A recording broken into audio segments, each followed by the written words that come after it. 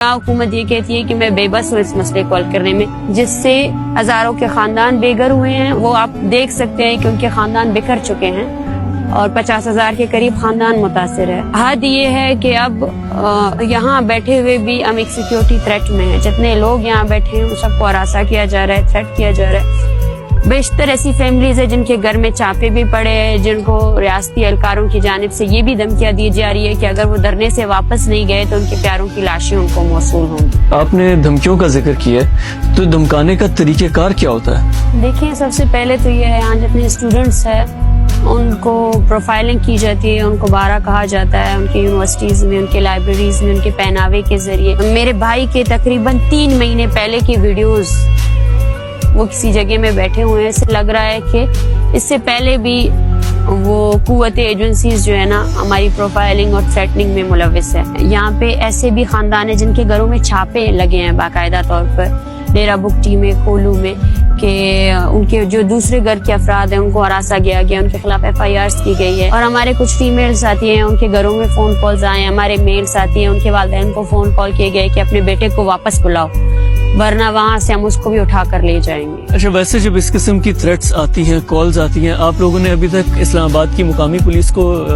رجوع کرنے کی کوشش کی ہے؟ جی بالکل، ہم بارہا ان سے رجوع کر چکے ہیں اور اسی وجہ سے ہم اسلام آباد ہائی کورٹ بھی گئے ہیں، وہاں سے پروٹیکشن بھی لیا ہے کہ یہاں موجود ہر فرد جو ہے نا ان کی زندگی کو خطرہ لاکھ، کیونکہ ایک پیسفل پروٹیسٹ ہے اور ہم یہاں 17 دن ہیں۔ ہم پر الزامات لگائے گئے کہ یہ مشتعل لوگ ہیں، لیکن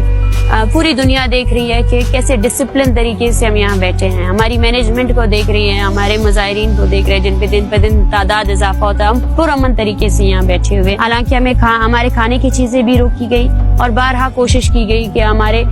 پرامن مظاہرے کو مشتعل کیا جائے، لیکن ہم نے پھر بھی اس چیز کو مینٹین رکھا ہے اور ہم بارہا کہہ چکے ہیں۔ اسلام آباد پولیس کے ساتھ بھی ہمارا رابطہ ہے، جو DCA وغیرہ ان کے ساتھ بھی ہمارا رابطہ ہے، اور ہم قانونی طور پر بھی اس چیز کو آگے لے کر جا رہے ہیں کہ کس طرح ہراساں کیا جا رہا ہے یا کس طرح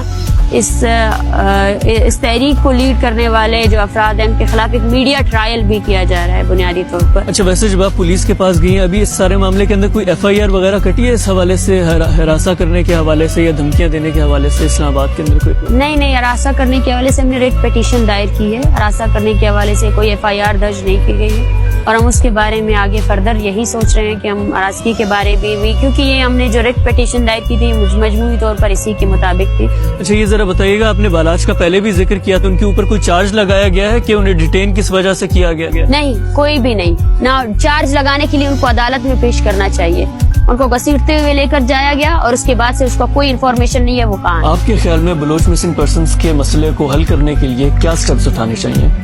میرے خیال سے لاسٹنگ پیس تو یہ ہوگا کہ جو